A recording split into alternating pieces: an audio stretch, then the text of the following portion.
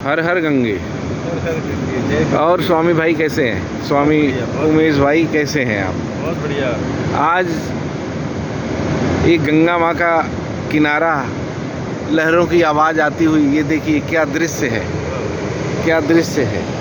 आज उमेश भाई माँ गंगा के गोद में बैठ के कुछ अमृत वर्षा करने वाले हैं।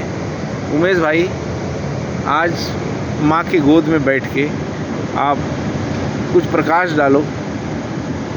मानव सेवा के कल्याण के लिए क्या बेहतर हो सकता है, वो आप थोड़ा सा अपने वाणी से अच्छी ज्ञान की वर्षा करिए, लोगों का कल्याण जिससे हो सके, और लोग अपने दुखों से, अपने कष्टों से कैसे निकल सकते हैं, कुछ प्रकाश डालिए। और माँ गंगा से कहिए कि उन सबको सद्बुद्धि दें और लोग मानव सेवा के प्रति विनम्र हो और एक दूसरे के हित की सोचें। इससे विश्व का कल्याण और खुद का कल्याण होगा। उसका कुछ सूत्र बताएं। जी, धन्यवाद। हर हर गंगे। सबसे बड़ी चीज है विश्वास। क्या बात। श्रद्धा। श्रद्धा का मतलब है सत्य को धारण करना। जो इंसान सत्य को धारण करता है वही विश्वास कर पाता है। विश्वास सत्यता पे आता है किसी की। तो सत्यता क्या है, वो विनम्रता से आप जान सकते हैं। भावुकता में नहीं, ना ही उत्तेजना से उत्तेजित होकर आप किसी को नहीं पहचान सकते। जल्दबाजी में आप कुछ भी नहीं जान सकते।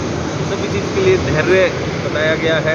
तो धैर्य से यदि सोचें और धैर्य से यदि देखें, धैर्य से समझें, तो विश्वास जागृत हो सकता है। और विश्वास से ही सब कुछ कार्य हो सकते हैं। विश्वास नहीं तो कुछ भी नहीं। क्या बात। अब गंगा की लहरों को देखिए। वाह। आप सभी ध्यान लगाते हो, इस प्रकार ध्यान लगाते हो अपनी सांसों पर, उसी प्रकार से इसकी लहरों को देखिए ध्यान से। ये बहते हुए जल प्रवाह को देखिए। ये जल प्रवाह जिस प्रकार जा रहा है, इसी प्रकार हमारी सांसें भी बह रही हैं निरंतर। बस उस अनमोल सांसों को देखना है। जिस प्रकार इस अनमोल हम जल को देख रहे हैं, जिसका कोई मूल्य नहीं है, जो अनमोल है, जिसे कहा गया है जल ही जीवन है। इसी प्रकार से प्राण जिससे चलते हैं, वायु प्राण, ये सांसें जिससे चलती हैं, वो भी अति अनमोल है। उनको भी हमें देखना चाहिए, समझना चाहिए कि भगवान ने हमें जो सांसें दी है, प्रदान की है, उसका कोई मूल्य नहीं है। हम उन मूल्यवान सांसों को क्यों ना हम ऐसे कार्य में लगाए जो सत्य हो, जो सत्कर्म हो। हम फालतू में अपनी सांसों को वेस्ट करते रहते हैं, पर चिंतन में, लोगों की बुराइयों में, लोगों में बुराइयां ढूंढते रहते हैं। और न जाने क्यों हम फालतू के कामों में अपना समय गुजारते रहते हैं। हमें सत्कर्म ही करने चाहिए, सत्संग ही करना चाहिए। तो ये हमारी सांसें जो अनमोल हैं, इनका कुछ मूल्य हो सके, तो सही उपयोग में हमें इन सांसों का प्रयोग करना चाहिए। ये सांसें हमें अनमोल मिली है। क्या एक भी सांस आप मूल्य से खरीद सकते हो? आप कितना भी धन कमा लीजिए, क्या एक सांस भी खरीद पाएंगे? बिल्कुल नहीं। क्या ये जल बना पाएंगे जो अनमोल है, इसका कोई मूल्य नहीं है? आज अथाह सागर आपके चरणों में है। आप देखिए, आप गंगा माँ के चरणों में बैठे हैं। आप देखिए इतना शुद्ध जल, निर्मल जल आपको श्वेत कर रहा है, निर्मल कर रहा है, प्रज्वलित कर रहा है। इसका मूल्य समझे, इसकी महत्वता को समझे, इसकी शीतलता को ले, इसके सुख को ले। हम वैसे ही दुखी होते रहते हैं संसार में।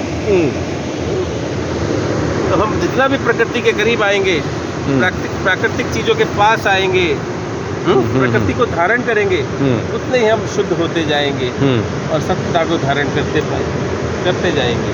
सत्यता ही जीवन है, यही विश्वास है, यही विश्वास कायम करता है हमारे अंदर, और विश्वास से ही सब कुछ होता है।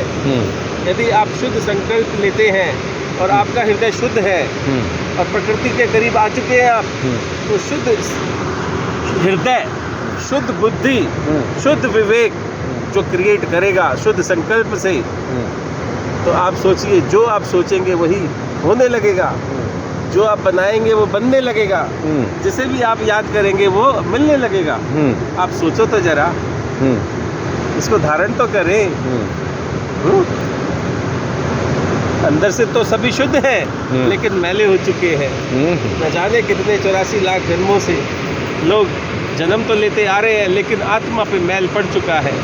वो खुद को जानते ही नहीं है कि हम शुद्ध स्वरूप है। अपने शुद्ध स्वरूप को जाने, खुद को पहचाने कि मैं कौन हूँ।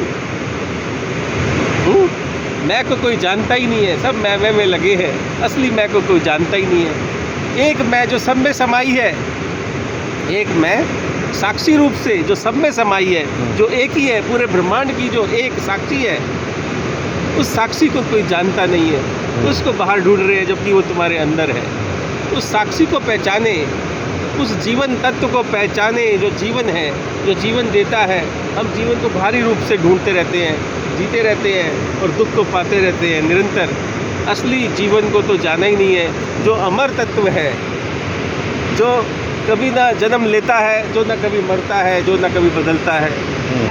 उस जीवन को समझें, उस तत्व को